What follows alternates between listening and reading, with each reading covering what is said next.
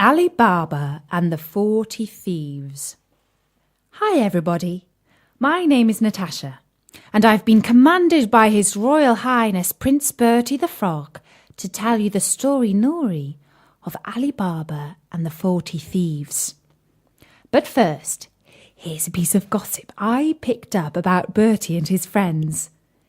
As it happens, it was a bit of a gloomy and rainy day down in the pond. Bertie was trying to think of a trick to play on Colin the carp, but was finding it a bit difficult. Just then, Barker the dog ran up to the pond. "Woof, woof," said Barker. "Oh no," said Tim the tadpole. "Barker has stolen some sausages from the kitchen." And sure enough, 3 fat, juicy sausages were hanging from Barker's mouth.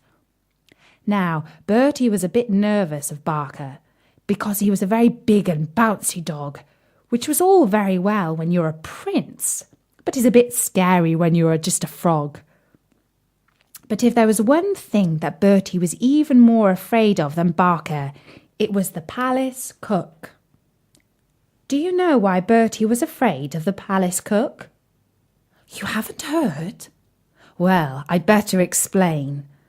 You see, when Bertie used to be a prince, sometimes he would get a bit peckish, and he used to creep into the kitchen and take some biscuits and some cake and sometimes even some chocolates.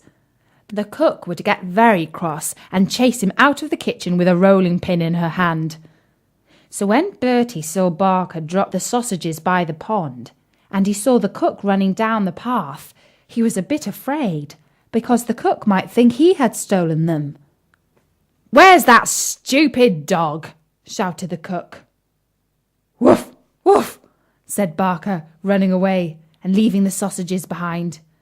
"Quick, Tim, hide those sausages," croaked Bertie. "I haven't got any legs," squeaked Tim. Colin, hide the sausages," croaked Bertie to Colin the carp. "I haven't got any legs either," said Colin. "Anyway, I don't like sausages." "Oh no," said Bertie. "We're going to be in so much trouble." "Well, Bertie, why are you looking so worried today?" said Sadie the swan, gliding across the pond. "I'm fine," said Bertie. "But I must say, you look very pretty today, Sadie." Sadie blushed a little, but you couldn't really tell because, of course, her feathers don't change colour. "How kind you are, Bertie," she said. "Truly a gentleman amongst pond life." "Could you just sit over there by the side of the pond so I can admire you?" said Bertie. And Sadie climbed out of the pond and sat down right on top of the sausages. So even when the cook searched and searched, she could not find the sausages. And she couldn't blame Bertie or Barker or any of the rest of the pond life. And Barker was so pleased when he got his sausages again. He promised not to jump into the pond and splash everybody, at least for a whole week. Now, as it happens, today's story is all about stealing things. Not that you should ever steal things, not even chocolates from the kitchen. So do you want to hear Bertie's story Nori for today? Do you really? Very well. Listen quietly, and I will tell you the story Nori of Alibaba and the 40 Thieves from a book called The 1001 Arabian Nights. In a town in Persia, there lived 2 brothers, one named Qasim, the other Alibaba. Qasim was married to a rich wife and lived in luxury, while Alibaba had to maintain his wife and children by cutting wood in a neighbouring forest and selling it in the town. One day, when Alibaba was in the forest, he saw a troop of men on horseback coming toward him in a cloud of dust. He was afraid they were robbers and climbed into a tree for safety. When they came up to him and dismounted, he counted 40 of them. They unbridled their horses and tied them to trees. The finest man among them, whom Alibaba took to be their captain, went a little way among some bushes and said, "Open, sesame!" so plainly that Alibaba heard him. A door opened in the rocks, and having made the troop go in, he followed them, and the door shut again of itself. They stayed inside some time, and Alibaba, fearing they might come out and catch him, was forced to sit patiently in the tree. At last the door opened again, and the 40 thieves came out. As the captain went in last, he came out first, and made them all pass by him. He then closed the door, saying, "Shut, sesame!" Every man bridled his horse and mounted. The captain put himself at their head, and they returned as they came. Then Alibaba climbed down and went to the door concealed amongst the bushes and said, "Open, sesame!" And it flew open. Alibaba, who expected a dull, dismal place, was greatly surprised to find it large and well lighted, hollowed by the hand of a man in the form of a vault, which received light from an opening in the ceiling. He saw rich bales of merchandise, silk, stuffed brocades all piled together, and gold and silver in heaps, and money in leather purses. He went in, and the door shut behind him. He did not look at the silver, but brought out as many bags of gold as he thought his asses, which were browsing outside, could carry, loaded them with bags, and hid all with faggots. Using the words, "Shut, sesame!" he closed the door and went home. Then he drove his asses into the yard, shut the gates, carried the money bags to his wife, and emptied them out before her. He bade her keep the secret, and he would go and bury the gold. "Let me first measure it," said his wife. "I will go borrow a measure of someone while you dig the hole." So she ran to the wife of Cassim and borrowed a measure. Knowing Alibaba's poverty, the sister was curious to find out what sort of grain his wife wished to measure, and artfully put some toffee at the bottom of the measure. Alibaba's wife went home and set the measure on the heap of gold, and filled it and emptied it often to her great content.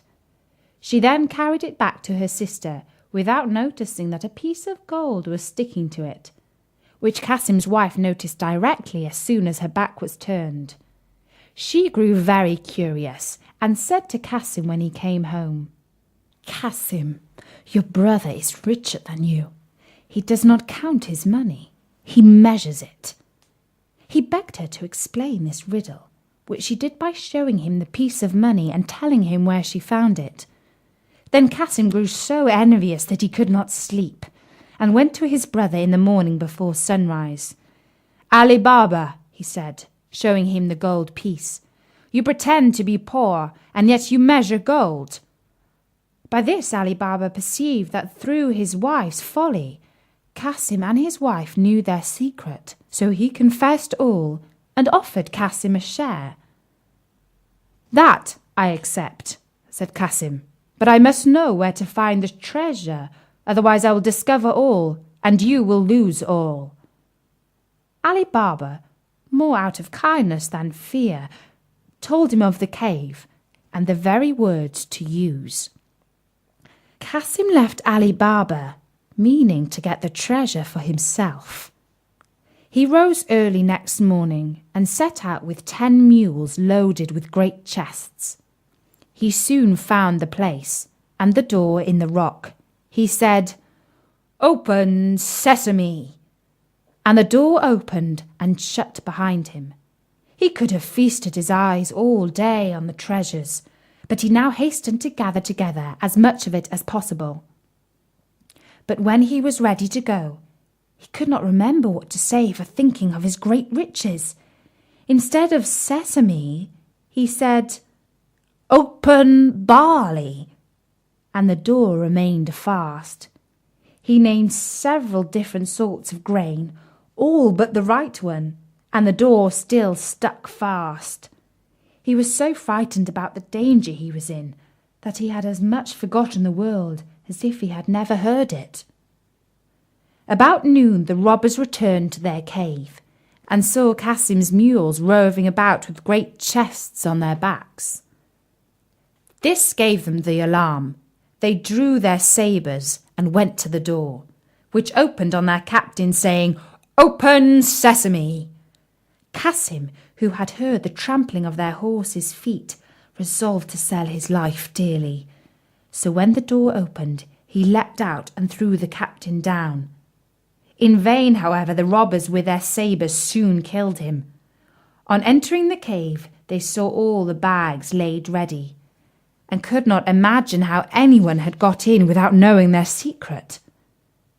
They cut Cassim's body into 4 quarters, in order to frighten anyone who should venture in, and went away in search of more treasure. As night drew, Cassim's wife grew very uneasy, and ran to her brother-in-law and told him where her husband had gone. Alibaba did his best to comfort her, and set out to the forest in search of Cassim. The first thing he saw on entering the cave was his dead brother. Full of horror, he put the body on one of his asses, and bags of gold on the other 2, and covering all with some faggots, returned home. He drove the 2 asses laden with gold into his own yard, and led the other 2 to Cassim's house. The door was opened by the slave Morgiana, whom he knew to be both brave and cunning. Unloading the ass, he said to her, "This is the body of your master, who has been murdered, but whom we must bury as though he had died in his bed.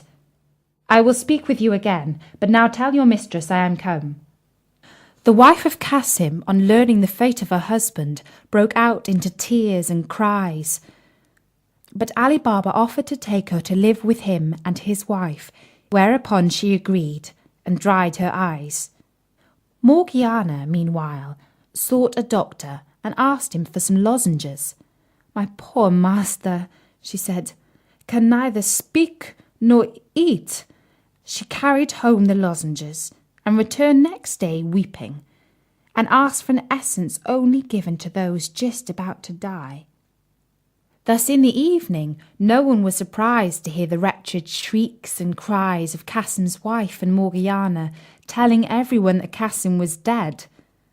The next day, after Morgiana went to an old cobbler near the gates of the town, who opened his stall early, put a piece of gold in his hand, and bade him follow her with his needle and thread. Having bound his eyes with the handkerchief, she took him to the room where the body lay, pulled off the bandage, and bade him sew the quarters together, after which she covered his eyes again and led him home. Then they buried Cassim, and Morgiana, his slave, followed him to the grave, weeping and tearing her hair, while Cassim's wife stayed at home, uttering lamentable cries. Next day she went to live with Ali Baba, who gave Cassim's shop to his eldest son. The 40 thieves, on their return to the cave, were much astonished to find Cassim's body gone, and some of their money bags. "We are certainly discovered," said the captain, "and shall be undone if we cannot find out who it is that knows our secret. 2 men must have known it. We have killed one, we must now find the other. To this end, one of you who is bold and artful must go into the city dressed as a traveller, and discover whom we have killed, and whether men talk of the strange manner of his death. If the messenger fails, he must lose his life, lest we be betrayed." One of the thieves started up and offered to do this, and after the rest had highly commended him for his bravery, he disguised himself, and happened to enter the town at daybreak, just by Baba Mustafa's stall. The thief bade him good day, saying, "Honest man, how can you possibly see to stitch at your age?" "Old as I am," replied the cobbler, "I have very good eyes, and will you believe me when I tell you that I sewed a dead body together in a place where I had less light than I have now?" The robber was overjoyed at his good fortune, and giving him a piece of gold, desired to be shown the house where he stitched up the dead body. At first Mustafa refused, saying that he had been blindfolded. But when the robber gave him another piece of gold, he began to think he might remember the turnings if blindfolded as before. This means succeeded. The robber partly led him, and was partly guided by him, right in front of Kasim's house, the door of which the robber marked with a piece of chalk. Then, well pleased, he bade farewell to Baba Mustafa and returned to the forest. By and by, Morgiana, going out, saw the mark the robber had made, quickly guessed that some mischief was brewing, and fetching a piece of chalk, marked 2 or 3 doors on each side. The thief, meantime, told his comrades of his discovery. The captain thanked him, and bade him show him the house he had marked. But when they came to it, they saw that 5 or 6 of the houses were chalked in the same manner. The guide was so confused that he knew not what answer to make, and when they returned he was at once beheaded for having failed. Another robber was sent out, and having won over Baba Mustafa, marked the house in red chalk. But as Morgiana was again too clever for them, the second messenger was put to death also. The captain now resolved to go himself, but, wiser than the others, he did not mark the house, but looked at it so closely that he could not fail to remember it. He returned, and ordered his men to go into the neighbouring villages and buy 19 mules and 38 leather jars, all empty except one, which was full of oil. The captain put one of his men, fully armed, into each, rubbing the outside of the jars with oil. Then the 19 mules were loaded with 37 robbers in jars, and the jar of oil, and reached the town by dusk. The captain stopped his mules in front of Alibaba's house, and said to Alibaba, who was sitting outside for coolness, "I have brought some oil from a distance to sell at tomorrow's market, but it is now so late that I know not where to pass the night, unless you will do me the favour to take me in." Though Alibaba had seen the captain of the robbers in the forest, he did not recognize him in the disguise of an oil merchant. He bade him welcome, opened his gates for the mules to enter, and went to Morgiana to bid her prepare a bed and supper for his guest.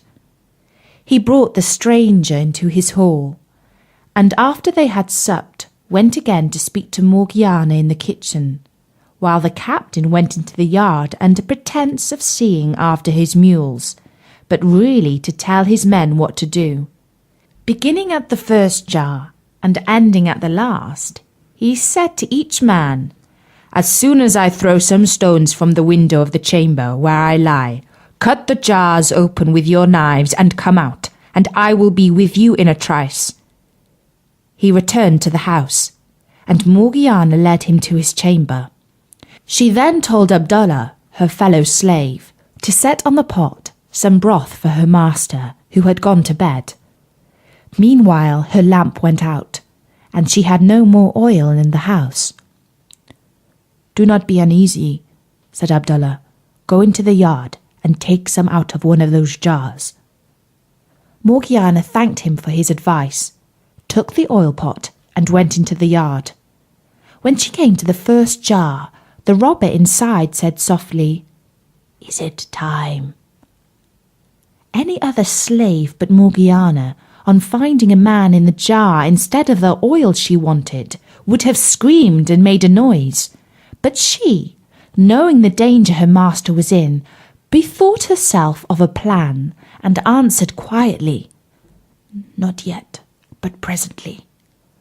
She went to all the jars, giving the same answer, till she came to the jar of oil. She now saw that her master, thinking to entertain an oil merchant, had let 38 robbers into his house. She filled her oil pot, went back to the kitchen, and having lit her lamp, went again to the oil jar and filled a large kettle full of oil. When it boiled, she went and poured enough oil into every jar to stifle and kill the robber inside. When this brave deed was done, she went back to the kitchen, put out the fire and the lamp, and waited to see what would happen.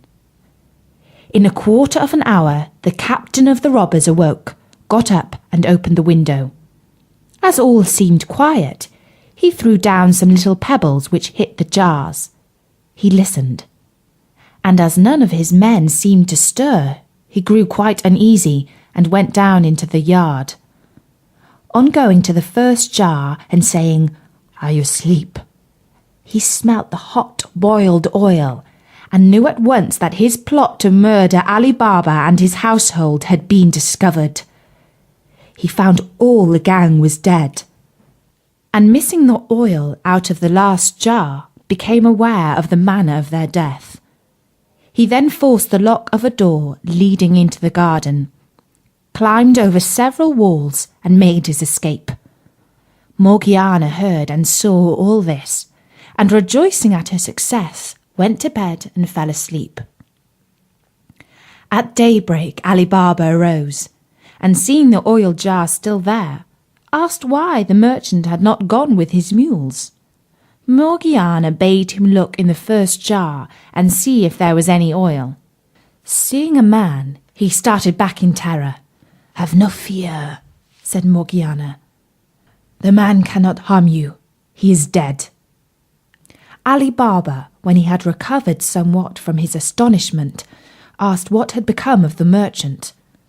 "Merchant," said she, "he is no more merchant than I am."